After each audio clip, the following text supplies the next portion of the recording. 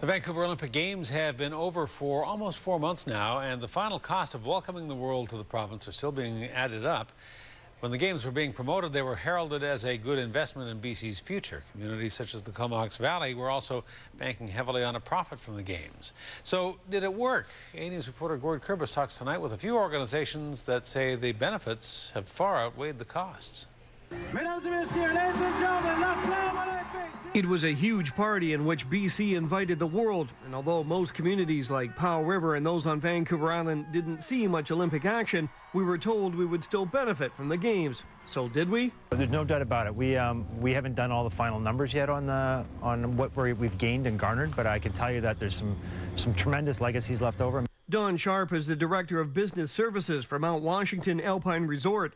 The facility hosted a few hundred Olympic athletes for training just before the Games, but he says it wasn't just the mountain that saw results. I think it's been beneficial for everybody because, you know, I talked to the people that were in the valley, and I talked to the businesses that sold them food, and they bought gas from, and they went to the restaurants, and they rented kayaks and went on excursions. So I think we all benefited by it, but it's definitely been a positive for the resort for sure. The Comox Valley was one of a handful of island communities that sent representatives over to the Games to try to attract media and tourist exposure. The BC Shellfish Growers Association was there and is claiming success. During Valentine's Day, which coincided with the Olympics, we were able to sell 500,000 oysters, raw oysters, in one day into Vancouver, and the outflow of interest in our product from that media event has been huge. And that spillover seems to be far-reaching. One seafood retailer in Comox says the buzz created by the Olympics is translating into more demand for local product. And I do sell oysters to a company in Seattle.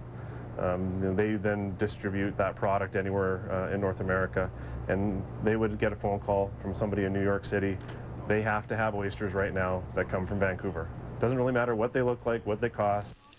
And speaking of costs, as this flame protester shows, there was obviously a great deal of debate about how much the Games cost us. But Sharp says it was money well spent. Anytime you want to get something back, you have to invest into it, and you have to put something forward. And we put something forward. We made a decision that this was going to be important for us, and it's going to be important not only for now, but into the future.